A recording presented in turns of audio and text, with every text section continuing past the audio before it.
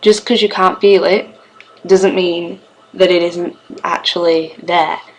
And I just started thinking in my head of this symbolism, which is really important to me, which comes from the song Salisbury Hill by Peter Gabriel, which is like the eagle comes and takes you home to who you truly are.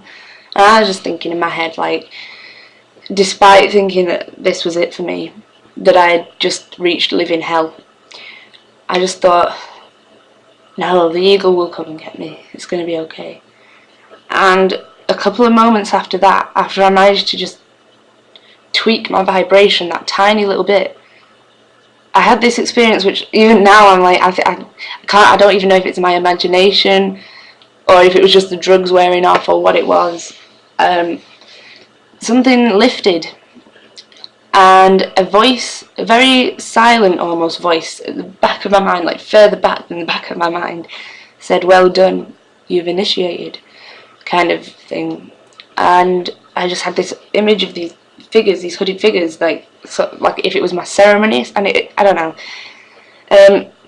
And the sheer relief. I remember I just started laughing, and I sat up to my friends and I was saying, "Oh, it's going! Thank God it's going!" And I was laughing, and they must have been so goddamn happy about that, because they would have had to drop me off at A&E or something. I don't know. I mean, I love them for that, definitely, but yeah. So it did become really good again. I had a fantastic, like, relieving experience, and I was just happy and giggling again, and we just sat and watched some funny stuff, and I was still tripping, still seeing stuff, some colours and everything. It was fantastic, and then yeah, I smoked a few joints as I would have done, But then a couple of, it didn't so much happen straight away, because obviously I still had a lot to go through about that experience. A lot of that still played on my mind, where I'd feel disconnected, and I'd be thinking like, God, is it all a facade? Is it all something we tell ourselves to comfort ourselves? That whole atheistic scientific view of all the chemicals in our brain creating these things so we don't just top ourselves, kind of nonsense. But it was beyond that too, because it was, I even got to a point where I was thinking that everything is completely negative and destructive and chaotic, and life is the slice of heaven that we get, where we can have a streamlined, one thought at a time thing that makes us blissfully unaware of the chaos that's going on in the universe beyond our brains.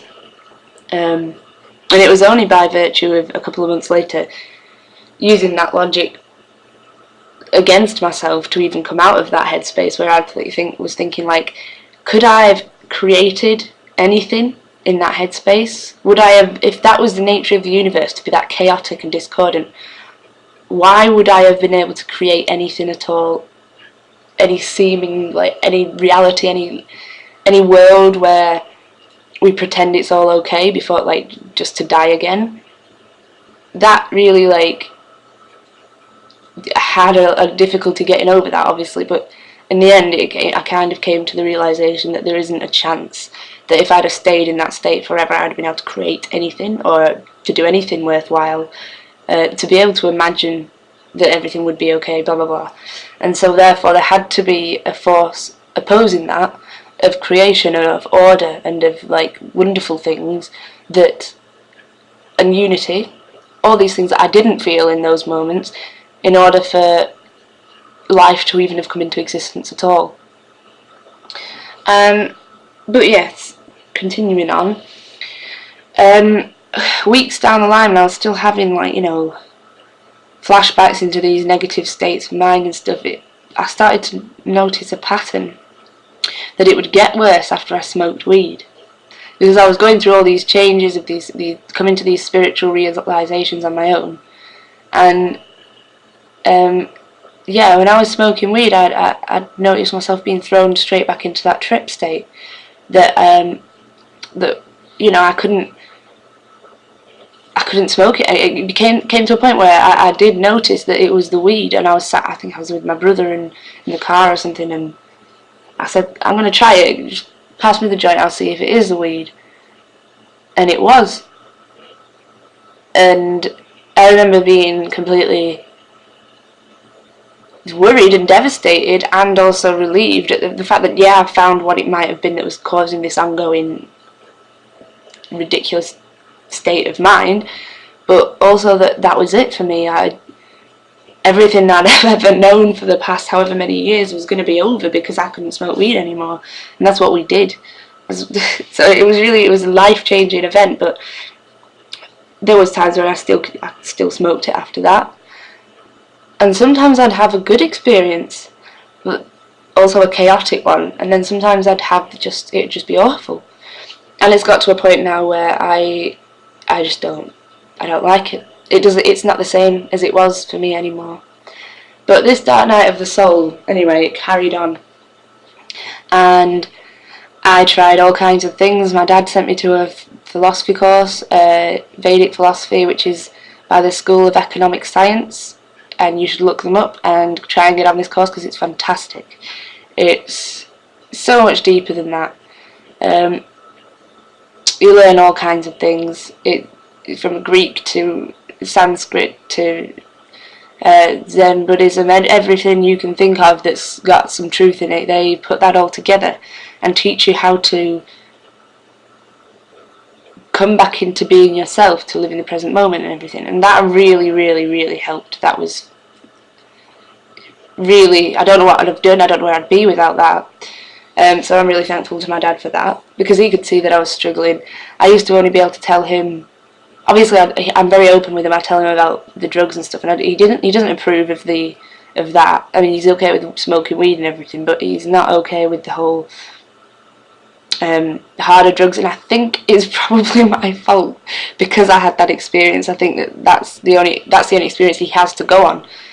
So, but he's very proud of where I've got to. I know that, and I feel very warmly about him being able to be proud of me for something that really is a very internal thing, and it's very difficult to get other people to see how far you've come spiritually.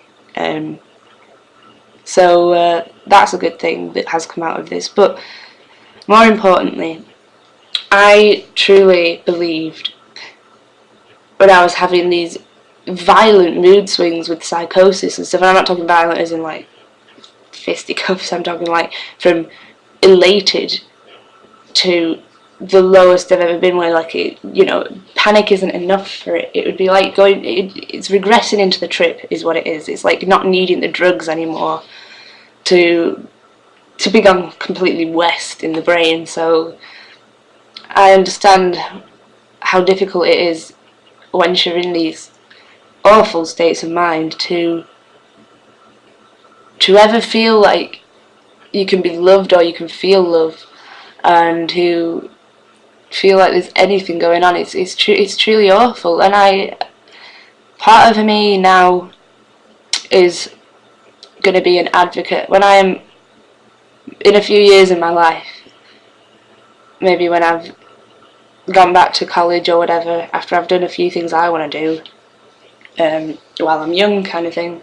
I'm going to try and look into the mental health industry and how you should treat some things as maybe a spiritual illness and not necessarily just a brain chemistry gone wrong thing. Because I believe you can come out of these things. And if at my lowest points, I was considering going and getting mood stabilizers and all these other things, antipsychotics, because it really is that bad that you just don't want it to be there anymore. You want it over. You don't care. You don't, at the expense of everything that you've learned in theory about spirituality and stuff. You just don't want to experience it anymore, and it's very difficult to get through it without a support system. And for me, it was very altering for my life, because it made a lot of people fall away. And I'm still going through those shifts now where people just don't understand it.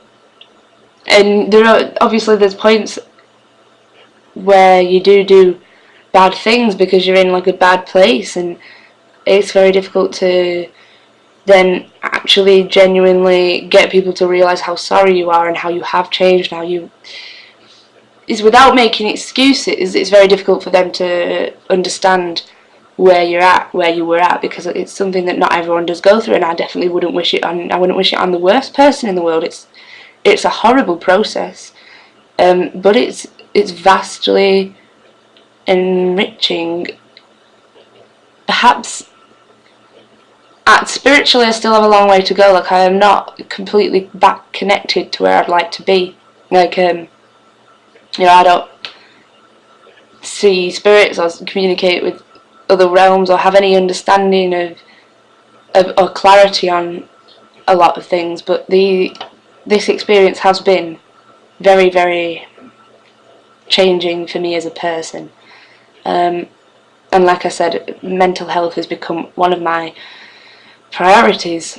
Is where I think we do need to see a change. There are a lot of systems in place right now that do need to change, but mental health industry is one of the highest ones. Health industry in general, but the way we treat people who are not in the same headspace as us, making them feel like they can't be helped or that they need drugs to stop this, is so detrimental. It only adds to the hopelessness that goes along with these depressions and stuff, these illnesses.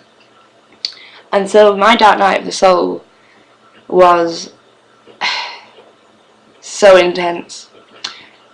It's still happening. Like, every now and again I'll have bad moments where I could be sat with people I love and stuff, but I'll just feel myself entering my own mind, and I still struggle with it.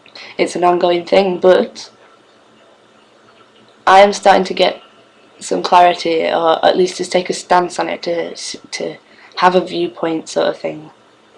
And it's helped me to get in a better headspace about many other things, like get a lot of perspective, like stuff I used to get sad about before, and I'll think, oh, woe is me, this is the end of the world, oh my god, I hate everything, those things are so unimportant right now. Like, I used to be a typical teenager who would only care about, like, what other people thought and whether they're going to get a boyfriend, or whether, what was going on socially, along with my innate spirituality, which I was put into side. I always thought that you could only reach that through drugs, because drugs were the most intense experience I'd had. But now I've come to realise that there's such a beauty to being able to find happiness in something simple. And